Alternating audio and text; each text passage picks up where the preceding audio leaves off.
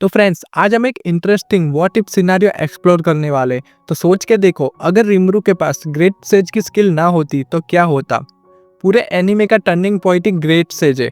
तो what if रिमरू की journey पे कैसा चेंज होती, आज हम इसी पे डिटेल में बात करेंगे। सबसे पहले बात करते हैं रिमरू के इसेकाई होने के बाद की शुरुआत। जब रिमरू वेल्डोरा से मिलता है और उसे प्रेडेटर और ग्रेट सेज स्किल दोनों मिलते हैं, वहीं से उसका एक नया चैप्टर स्टार्ट होता है। लेकिन अगर ग्रेट सेज ही ना होती तो रिमरू को अपनी पावर समझने के लिए बहुत ज़्यादा टाइम लगता। प्रेडेटर का मेन एनालिसिस फंक्शन वो प्रॉपरली यूज़ नहीं कर पाता और रिजल्ट में गॉब्लिन और डायरवोल्ट के फाइट में वो शायद रिमरू उसे कंट्रोल करने की बजाय थोड़ा और सर्वाइव कर जाता। मतलब गॉब्लिन विलेज का डेवलपमेंट स्लो हो जाता। ग्रेट सेज का सबसे बड़ा काम था रिमरू के स्किल्स को समझना, एनालाइज करना और परफेक्ट कॉम्बो बना के देना। विदाउट ग्रेट सेज रिमरू एक ओपी टाइप का मॉन्स्टर बना रहता। स्किल्स तो होते बट उसकी मास्टरी कभी नहीं कर पाता।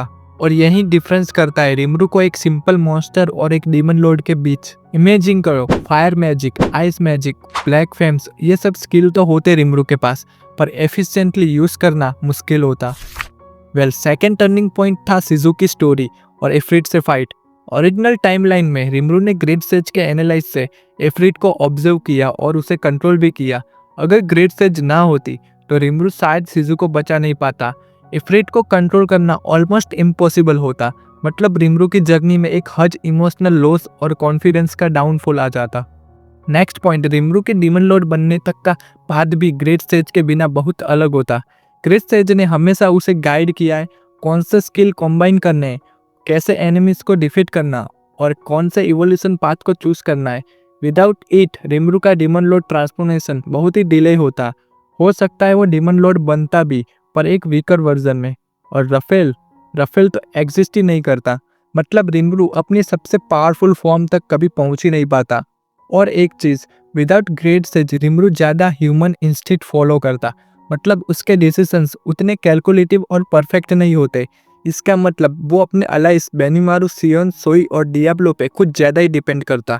लीडरशिप के हिसाब से तो वो एक अच्छा लीडर होता, पर एक स्ट्रेटजिस्ट के लेवल का मास्टरमाइंड नहीं।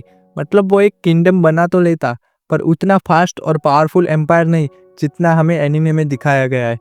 तो फ्रेंड्स, फाइनल एनालिसिस ये निकलता है कि अगर रिमरू के पास ग्रेट सेज की स्किल ना होती तो उसकी जर्नी डीमन लॉर्ड और गॉड लेवल एंटिटी बनने तक कभी पहुंचती ही नहीं। वो एक पावरफुल स्लाइम तो होता, एक रिस्पेक्टेड लीडर भी होता, लेकिन उसका ग्रोथ स्पीड बहुत स्लो होता और वर्ल्ड डोमिनेशन जैसी चीज़ें उसके लिए पॉसिबल ही नहीं होती। बेसिकली ग्रेट सेज ने रिमरू को रिमरू समा बनाया। विदाउट इट वो एक सिर्फ ओपी स्लाइम बनकर रह जाता। आपको क्या लगता है गाइस, रिमरू बिना ग्रेट सेज के कहाँ तक पहुँच पाता? नीचे कमेंट में अपनी थियोरी ज़रूर शेयर करना।